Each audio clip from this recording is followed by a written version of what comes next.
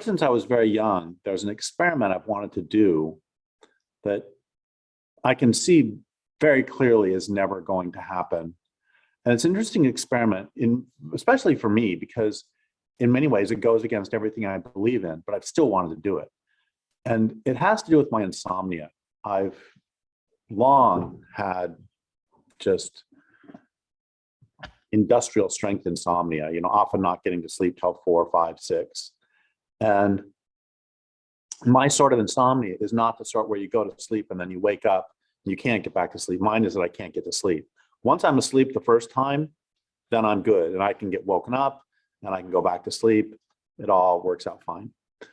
But this has been true really my whole life. And also on the, I sleep pretty late then.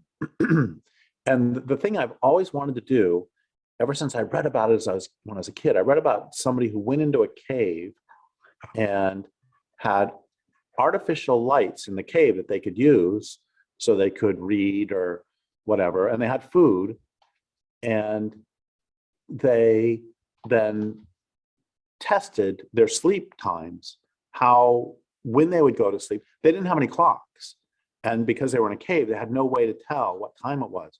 And I've always wanted to do that, either separate me so that, this is the part that's against everything I stand for, is, put me inside an apartment building with no windows, and I could still, and no clocks. I could have books, I wouldn't be bored, I could have things. I couldn't talk to people on the outside in this experiment because they could reveal clues as to what time it is.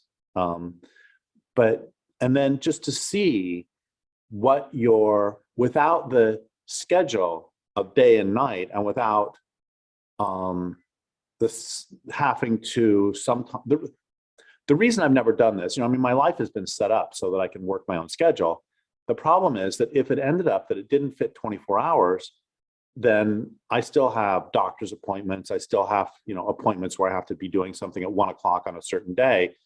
So this would take, according to this at least thought experiment, this would take a fairly long time. And I've always been fascinated to wonder, if you didn't have external clues at all, which includes day and night, which again is against everything I stand for, because everything I'm standing for is really about being natural.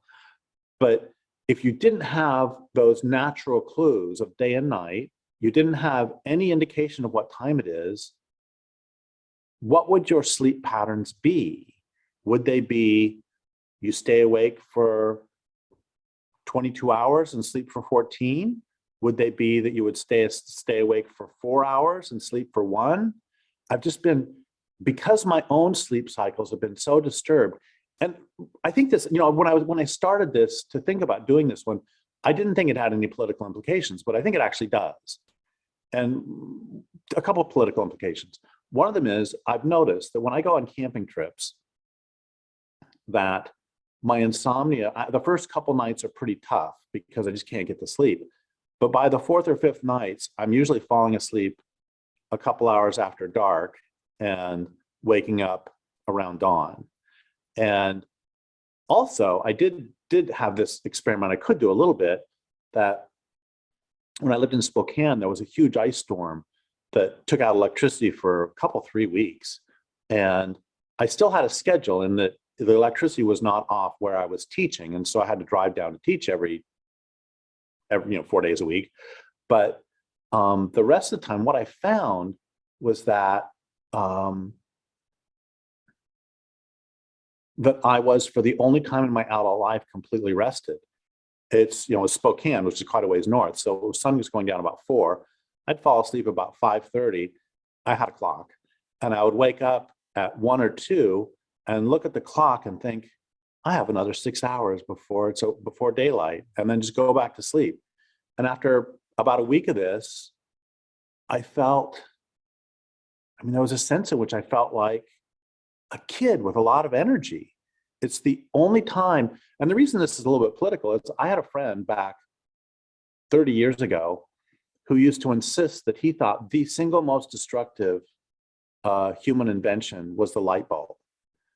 because of what it did to our sleep patterns, and allow me to stay up reading until 3 o'clock in the morning. And anyway, so there's no, I mean, so this does go against everything that I've ever stood for in terms of I want to, separate myself and just see what the sleep patterns would be. But there's another sense in which it does have to do with everything I've ever spoken about or believed in that I don't think so long as electric lights exist, we will ever know what our natural sleep patterns are.